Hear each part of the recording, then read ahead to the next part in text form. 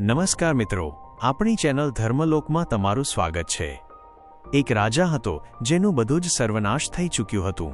તેનું ઘર, દ્વાર અને સાથે જ તેનું સામ્રાજ્ય પણ તેનાથી છીનવાઈ ગયું હતું। તેને પોતાના ગુરુ પર ખૂબ આસ્થા હતી અને તે પોતાના ગુરુદેવ પાસે જઈને વિનંતી કરે છે કે હે ગુરુદેવ, મને એવા આશીર્વાદ પ્રદાન કરો જેનાથી મારું નસીબ પલટાઈ જાય। ગુરુદેવે પોતાની પોટલીમાંથી કુલ 12 ચિઠ્ઠીઓ કાઢી। ચિઠ્ઠી એટલે કે કાગળમાં લખીને તેમણે કંઈક રાખ્યું હતું અને કહ્યું કે આ 12માંથી કોઈ એક તું પસંદ કરીને તારી જાતે કાઢી લે। જે તું કાઢીશ તેમાં જે લખ્યું હશે તે જ તારી સાથે થશે। રાજાએ વિચાર્યું કે પહેલાં હું ગુરુદેવને પ્રણામ કરી લઉં, આશીર્વાદ લઈ લઉં અને પછી હું તે કાગળ ઉઠાવીશ। ગુરુદેવ પાસેથી આશીર્વાદ લઈને તેણે તે કાગળ કાઢ્યો। જ્યારે તેણે ખોલીને જોયું તો તેમાં લખ્યું હતું, 4 મહિનામાં તારું નસીબ પલટાઈ જશે અને તું ફરીથી તે જ તારું સામ્રાજ્ય પ્રાપ્ત કરી લઈશ। રાજા પ્રસન્ન થયો અને પોતાના ગુરુદેવને પ્રણામ કર્યા અને આશીર્વાદ લીધા। ગુરુદેવે કહ્યું, ચિરંજીવી ભવ, જાઓ, તમારું કલ્યાણ થાઓ, વિજય ભવ। તે રાજા ત્યાંથી નીકળે છે, તેનામાં શક્તિ વધી જાય છે અને જઈને બરાબર 4 મહિનામાં પાછો આવે છે અને પોતાનું સામ્રાજ્ય પ્રાપ્ત કરી ચૂક્યો હોય છે। તેણે ગુરુદેવને કહ્યું કે ગુરુદેવ, આ તમારા આશીર્વાદનો પુરાવો હતો કે મારું સામ્રાજ્ય ફરીથી મારી પાસે પાછું આવ્યું। ગુરુદેવે કહ્યું કે એમાં મારું શું મહત્વ છે? એ તારો પુરુષાર્થ હતો અને તારા પુરુષાર્થના માધ્યમથી તે આજે વિજય પ્રાપ્ત કર્યો છે। ત્યારે ગુરુદેવે પોતાની પોટલી કાઢી અને ફરીથી તે જ 12 કાગળમાં લખીને રાખેલું હતું તે સામે મૂકી દીધું અને કહ્યું, રાજન, આ બધાને તું ખોલીને જો। અને તે જેને પણ ખોલતો હતો તે દરેકમાં દેખાતું હતું કે તારું નસીબ 4 મહિનામાં પલટાઈ જશે અને તું વિજયી થઈશ। ત્યારે ગુરુદેવે કહ્યું, મેં તો તારી જન્મપત્રિકામાં જોઈ લીધું હતું કે હવે કંઈક એવો સમય શરૂ થવાનો છે જે તકદીર પલટી દેશે। હવે એ ખરાબ માટે પણ હોઈ શકે તેમ હતું, એટલે મેં બધા કાગળોમાં લખી દીધું કે તારું નસીબ પલટાશે, તું વિજય પ્રાપ્ત કરીશ। અને આવો જ એક સમય હોય છે જ્યારે આપણા જીવનમાં કોઈ મુશ્કેલીનો સમય હોય છે ત્યારે ગુરુ જ આવીને પોતાના આશીર્વાદથી આપણને આપણું સામ્રાજ્ય પાછું અપાવી દે છે। બરાબર એ જ રીતે આજે એક એવી પરિસ્થિતિ આવવાની છે જ્યાં આપણે એક સારા અવસરને આશીર્વાદના સ્વરૂપમાં પ્રાપ્ત કરવા જઈ રહ્યા છીએ। દેવગુરુ બૃહસ્પતિનો પ્રભાવ 11 નવેમ્બર 2025 11 માર્ચ 2026 અને તે સમય શરૂ થશે 11 નવેમ્બર 2025 લઈને 11 માર્ચ 2026 સુધી। આ સમય દરમિયાન દેવતાઓના ગુરુ બૃહસ્પતિનો પ્રભાવ એવો હશે કે તેઓ વક્રી અવસ્થામાં આવી જશે અને આ એ જ ગ્રહ છે જે તમારા માટે ભાગ્યેશ છે, એટલે કે ભાગ્યનું નિર્ધારણ જે તમારા જીવનમાં આજે વ્યાપ્ત છે। માનજો કે જીવનભર તમારા ભાગ્યના અધિપતિ આ ગુરુદેવ જ છે અને આ જ બૃહસ્પતિ હવે 4 મહિના સુધી વક્રી અવસ્થામાં આવી જશે, જ્યાં એક એવો સમય હશે કે આપણને કેટલાક આશીર્વાદ મળવાના છે। તે આશીર્વાદ શું હશે? કેવી રીતે આ સમય આપણા નસીબને પલટાવવા માટે એક યોગ્ય સમય હશે? તમને સમજાવવા માટે અમે આને 2 ભાગમાં વહેંચ્યું છે। 1.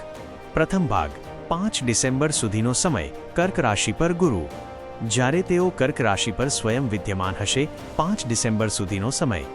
લગ્ન પર વક્રી થવું, ગ્રહની અંદર ચેષ્ટાબળની વૃદ્ધિ થશે અને અહીં ચેષ્ટાબળનો અર્થ એ થયો કે જે કાર્ય થશે તે 3 ગણી વધુ મજબૂતીથી કાર્ય પૂરું થશે। સ્વાસ્થ્ય પર ધ્યાન, લગ્ન પર પોતાની જ રાશિ પર હોવાથી આપણે પોતાના સ્વાસ્થ્યનું ધ્યાન રાખવું પડશે। આપણે દુનિયાને તો બહુ જોઈ લીધી, દુનિયા માટે ઘણું બધું કરી લીધું, હવે પોતાના પર કામ કરવાની અને પોતાના પર ધ્યાન કેન્દ્રિત કરવાની જરૂર છે। પુનર્મૂલ્યાંકન, વાસ્તવમાં વક્રીનો આ સમય પુનર્મૂલ્યાંકનનો સમય હોય છે અને આ એ જ સમય છે જ્યારે આપણે પોતાનું મૂલ્યાંકન કરવું પડશે। અહીંથી દેવગુરુ બૃહસ્પતિના વરદાનની શરૂઆત થાય છે।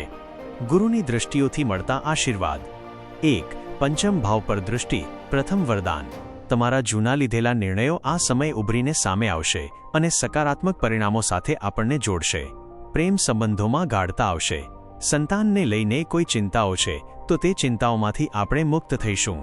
આ સમય આપણું મન નિયંત્રિત થાય છે અને એક સારા મન સાથે આપણને ઉત્તમ જ્ઞાનની પ્રાપ્તિ થાય છે જેના માધ્યમથી આપણે આપણા લક્ષ્યને હાંસલ કરી શકીએ છીએ। 2. સપ્તમ ભાવ પર દૃષ્ટિ, પોતાના શત્રુ શનિની રાશિ પર પડશે, પરંતુ ગુરુ પાસે આશીર્વાદ છે અને તેથી જો વેપારમાં કોઈ અશાંતિ વ્યાપ્ત છે, પારિવારિક કોઈ ગૂંચવણ લઈને આપણે ચાલી રહ્યા છીએ તો ત્યાં શાંતિનું વાતાવરણ કાયમ થશે। 3. દશમ ભાવ પર દૃષ્ટિ, કર્મનું સ્થાન, કર્મક્ષેત્ર પર એક સારા સકારાત્મક પરિણામને આપણે જોઈ શકીએ છીએ. નવી બિઝનેસ ડીલ્સ અહીં પૂરી થઈ શકે છે. જો તમે ભાગીદારીમાં વેપાર કરી રહ્યા છો તો ગુરુની દૃષ્ટિને કારણે ત્યાં સફળતા સૂચક વાતાવરણ કાયમ થશે. 4. નવમ ભાવ પર દૃષ્ટિ. ભાગ્ય. વક્રત્વ અવસ્થાને કારણે 3 ગણું વધુ બળ મળવાના કારણે આપણને ભાગ્ય ઉન્નતિનો સહારો સૌથી વધુ મજબૂતીથી મળશે. જ્યાં આપણે આપણું કામ કર્યું, હવે ઈશ્વરીય કૃપા ત્યાં મળી ગઈ. નવમ ભાવ આપણા ધર્મનું હોય છે, તેથી આ સમયે પોતાના ધર્મ પ્રત્યે આસ્થા અને ઈશ્વર પ્રત્યેની આપણી આસ્થા અનેક ગણી વધી જશે.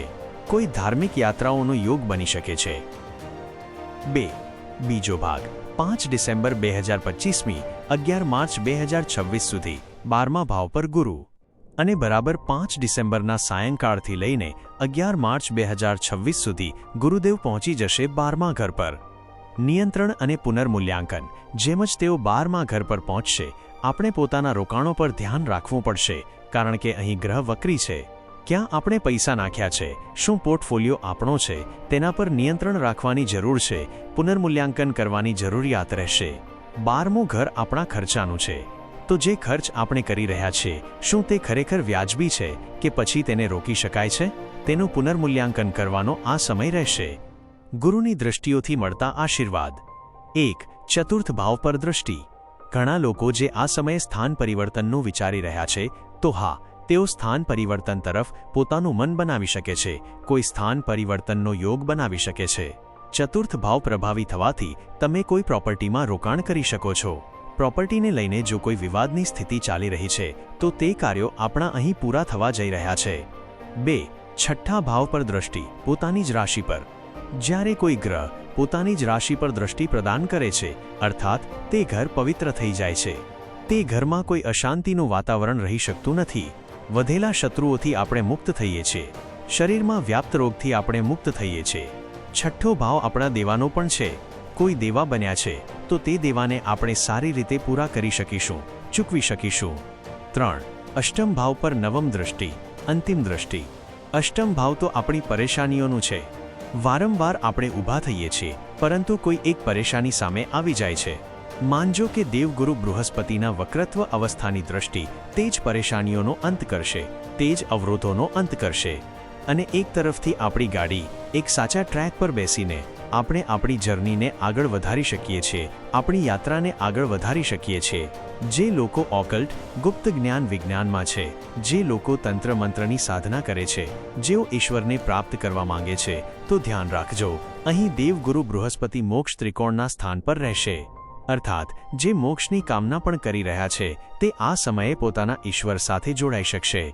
ગુરુ 12મા ઘરથી 8મા ભાવને દૃષ્ટિ પ્રદાન કરશે, તો તે તમામ જે ચિંતાઓ છે, જે બાધાઓ છે, તેનાથી મુક્તિ અપાવવા માટે ગુરુનું આ ગોચર એક પ્રભાવપૂર્ણ ગોચર છે. ગુરુને પ્રસન્ન રાખવાના ઉપાય. ગુરુને પ્રસન્ન રાખવા માટે, કારણ કે દેવગુરુ બૃહસ્પતિનો નિવાસ આપણા ઘરની ઈશાન દિશામાં હોય છે. તમે જ્યાં રહો છો, પૂર્વ અને ઉત્તરનો જે ખૂણો છે, તે જ ઈશાન દિશા છે. ત્યાં જળથી ભરેલો એક કળશ જરૂર રાખો. શક્ય હોય તો તેમાં ચપટીભર હળદર નાખી દો, જે ગુરુનું તત્વ છે. ઈશાન દિશામાં પૂજા ઘર હોવું જોઈએ. જો કોઈ કારણસર તમે ફ્લેટમાં રહો છો, કોઈ એવા સ્થાન પર રહો છો જ્યાં બનાવવું સુવિધાજનક ન હોય, તો તે સ્થાન પર એકાદ દેવ પ્રતિમા જરૂર હોવી જોઈએ, જેનાથી ઈશાન દિશા તમારી જાગૃત રહે અને ત્યાંથી તમને સકારાત્મક વાઇબ્રેશન મળતું રહે, જેના માધ્યમથી આખા ઘરમાં રહેનારા સભ્યોને દેવગુરુ બૃહસ્પતિના આશીર્વાદ પ્રાપ્ત થતા રહે. ઉમ્મીદ છે કે તમે સૌએ આ સમજ્યું હશે. તો મિત્રો, આ હતું તમારું રાશિફળ. આશા છે કે તમને આ વિડીયોમાં આપેલી માહિતી પસંદ આવી હશે અને ઉપયોગી થશે.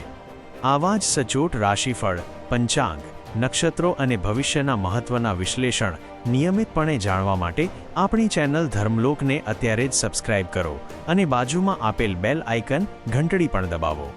ધર્મ અને જ્યોતિષના જ્ઞાન સાથે જોડાયેલા રહો. જય શ્રી રામ.